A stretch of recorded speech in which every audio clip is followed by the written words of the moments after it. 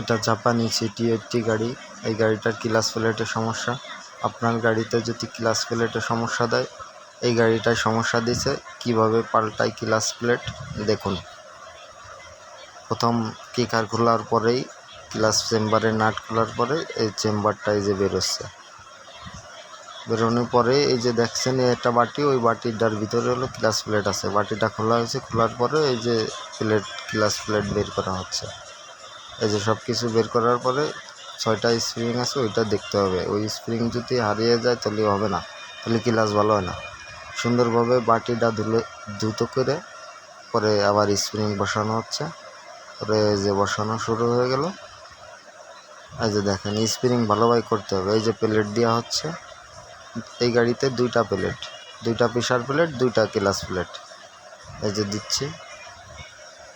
এই লকটা আছে, এই লকটা সুন্দরভাবে দিয়ে যেতে লাগাই দিতে হবে। আর সাইডে 2টা স্প্রিং আছে, ওইটাও লাগাইতে হবে।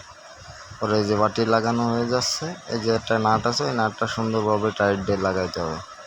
যদি আপনার গাড়িতে নাট লুজ থাকে তাহলে ক্লাচ প্লেট তো হবেই না, এবং অনেক বড় একটা অ্যাক্সিডেন্ট হওয়ার সম্ভাবনা থাকে। এই জন্যই নাটটা সুন্দরভাবে টাইট দিতে হবে। 4টে স্টার নাট আছে, ওইটাও টাইট দিতে হবে।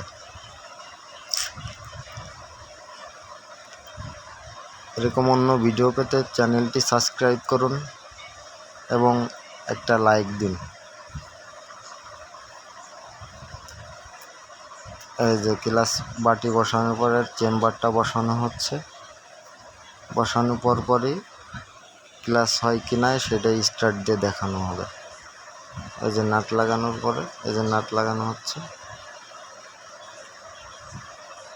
নাট লাগানো কমপ্লিট। এই যে কিকার লাগানো পরই দেখাই দিব যে স্টার্ট নিয়ে গিয়ারে ভালোভাবে বা এই যে দেখেন স্টার্ট দিছি সুন্দরভাবে। এই যে গিয়ার পড়তেছে, পড়ার পরে একটা এই যে ক্লাচ অ্যাসেম্বলির ভিতরে একটা বাটি থাকে, ওইটাও লাগাই দিচ্ছে।